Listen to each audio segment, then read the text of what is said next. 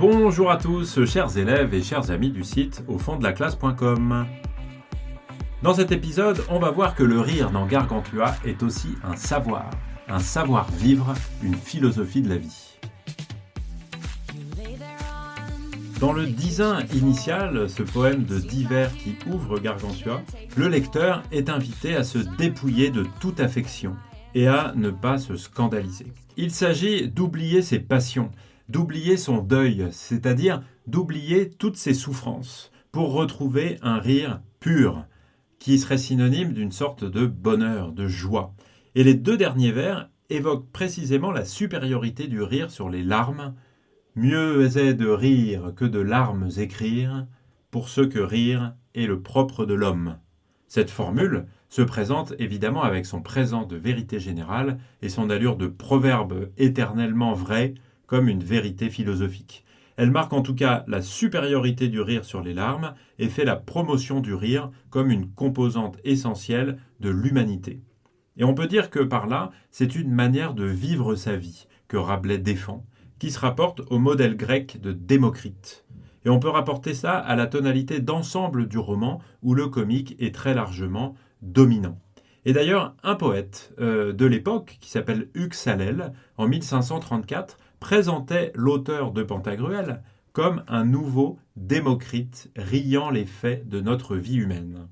Et dans la tradition, Démocrite est connu comme un philosophe grec qui proposait une manière de vivre qui faisait du rire la méthode pour surmonter tous les soucis de la vie humaine, et il s'opposait à un autre philosophe, Héraclite, qui lui pleurait toujours. Face aux difficultés de la vie humaine, deux postures sont possibles, soit prendre tout ça à la légère et en rire, soit pleurer et en subir toutes les conséquences par la souffrance permanente. Eh bien, il est évident que le choix que fait Rabelais et le choix que défend Rabelais pour la vie de tous les hommes dans Gargantua, eh bien, c'est le choix de Démocrite, le choix de rire.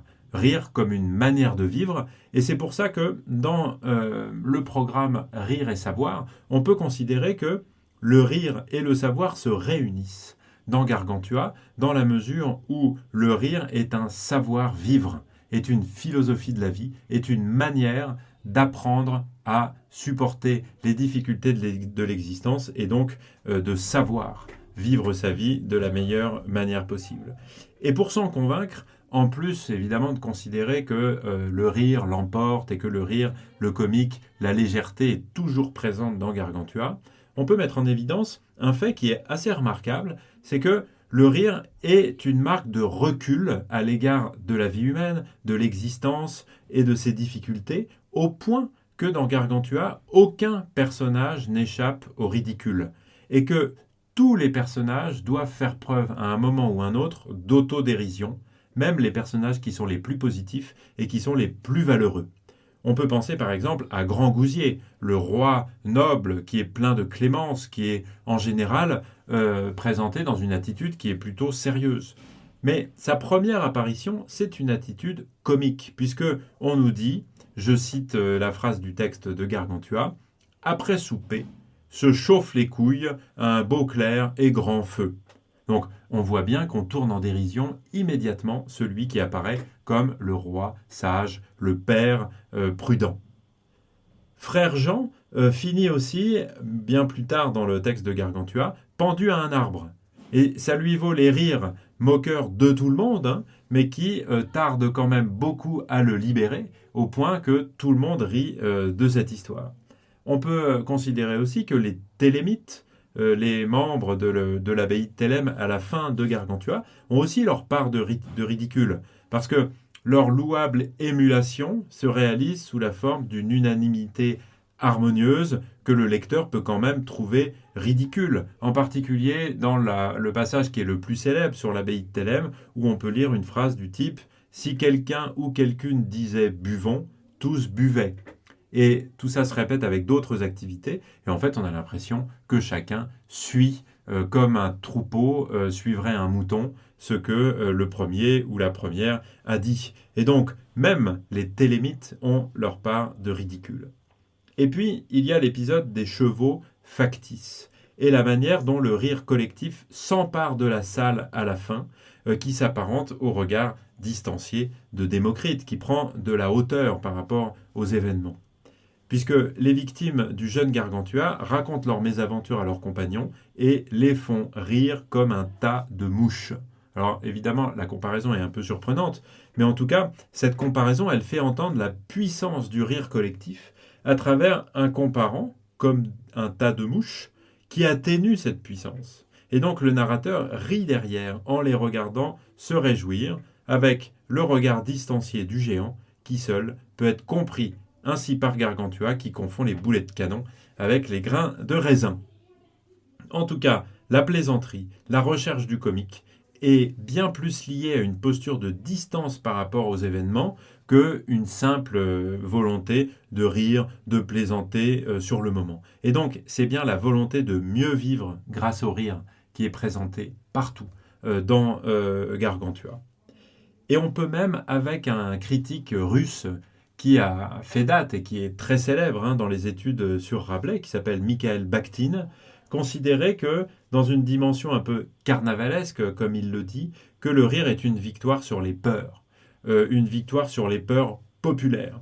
Et on peut prendre comme exemple la rencontre avec Janotus et sa suite, puisque l'allure du défilé suscite la frayeur de Ponocrates, un personnage qui est pourtant plein de raisons, et l'épisode de la harangue marque le passage très rapide d'une émotion à une autre. La frayeur initiale disparaît et se trouve mise à distance par le rire collectif final au tout début du chapitre 20, puisque le personnage de Janotus a lui-même été transformé par le rire collectif, et on peut dire qu'il est devenu un homme nouveau après avoir ri. Et donc, juste avant son apparition et sa harangue, Ponocrates a peur de l'arrivée du théologien, du grand théologien, et après son discours, tout le monde rit, et même Janotus qui finalement prend de la distance avec lui-même et rit avec tout le monde.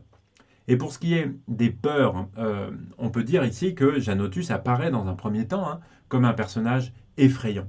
Et on peut prendre un autre exemple sur ce plan-là, de la manière dont Rabelais veut peut-être attaquer les peurs du peuple, les peurs populaires, notamment celles qu'inspirent les autorités religieuses, et il le fait à travers les pèlerins. Parce que les pèlerins, dans l'histoire de Gargantua, représentent ceux qui souffrent de toutes les peurs collectives de l'époque. La peur de la maladie, en particulier la peur de la peste, la peur de la guerre, la peur de la misère, et bien sûr toutes les peurs qui sont liées à ce que Rabelais considère comme des croyances superstitieuses, et en particulier ces affaires de rituels, et au plus haut point, évidemment, les pèlerinages. Et ces personnages souffrent de tous les fléaux du temps. Et donc, rire des pèlerins, et rire avec les pèlerins, comme ça se fait, eh bien, c'est aussi rire de toutes les peurs que les pèlerins ont, et qui sont des peurs qui sont, après tout, assez communes. Tout cela, en tout cas, doit nous convaincre que, dans Gargantua, le rire est aussi un savoir. Et c'est un savoir philosophique, c'est une manière de vivre, et une manière très efficace de combattre toutes les peurs, et de combattre toutes les souffrances et toutes les difficultés qui sont liées à la vie humaine. Voilà en tout cas ce que je souhaitais partager avec vous sur ce rire comme un savoir-vivre et comme une philosophie de la vie. Vous pouvez retrouver un certain nombre de choses sur le site aufonddelaclasse.com. Je vous dis merci beaucoup de m'avoir écouté et à très bientôt. Ciao, ciao. You lay there on the kitchen floor. It seems like